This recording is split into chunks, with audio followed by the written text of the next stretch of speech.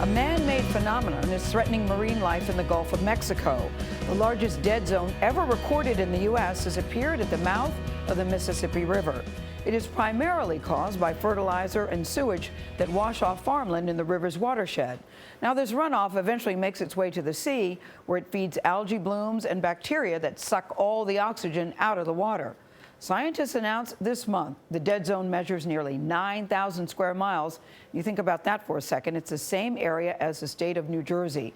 Jeff Glor is in Dulac, Louisiana, with how this dead zone is impacting one of the largest seafood industries in the country. Jeff, good morning. Gayle, good morning to you. Unusually heavy rains in the Midwest this year resulted in more water in the Mississippi and then more water here in the Gulf, and that resulted in that biggest dead zone in history in the U.S., and that is difficult news for the fishermen who provide 40% of this nation's seafood. Underwater video we recorded yesterday afternoon shows the transition from life to death as green fades to black.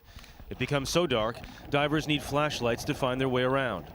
Down here, there is almost no oxygen in the water, and this void stretches over an enormous portion of the Gulf. This is the largest one we've ever measured and the second largest human-caused dead zone in the ocean.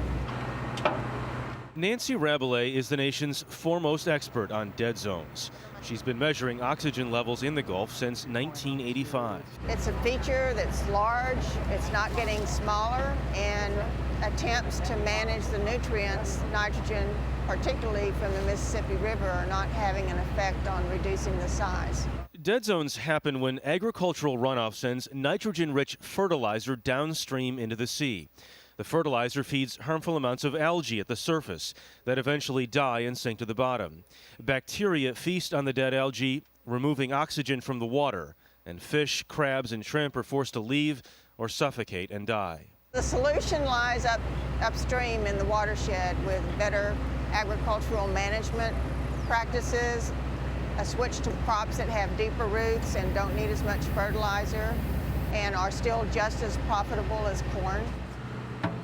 The water we watched them measure yesterday has less than half the oxygen needed to support basic fish life. It's almost like a different planet. It's yeah. If you're a scuba diver, you're used to having fish swimming all around you. From 30 to 60 feet, we won't see any fish. Nothing.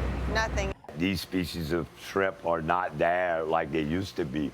O'Neill John Sabin has been fishing these waters more than 40 years. From a fishing perspective, you're talking about smaller shrimp or no shrimp at all. Correct. A study led by Duke University published this year found that dead zones in the Gulf do slow shrimp growth, resulting in higher prices for larger shrimp. Do you see this issue getting better anytime soon? Boy, I wish it would. I really do wish it would. The EPA has set up a task force to look at dead zones. They are hoping to reduce nutrient-rich runoff by 20% by 2025. Norah? Jeff, thank you for that reporting. Really interesting to think about that. No, he did a good job. Really good job.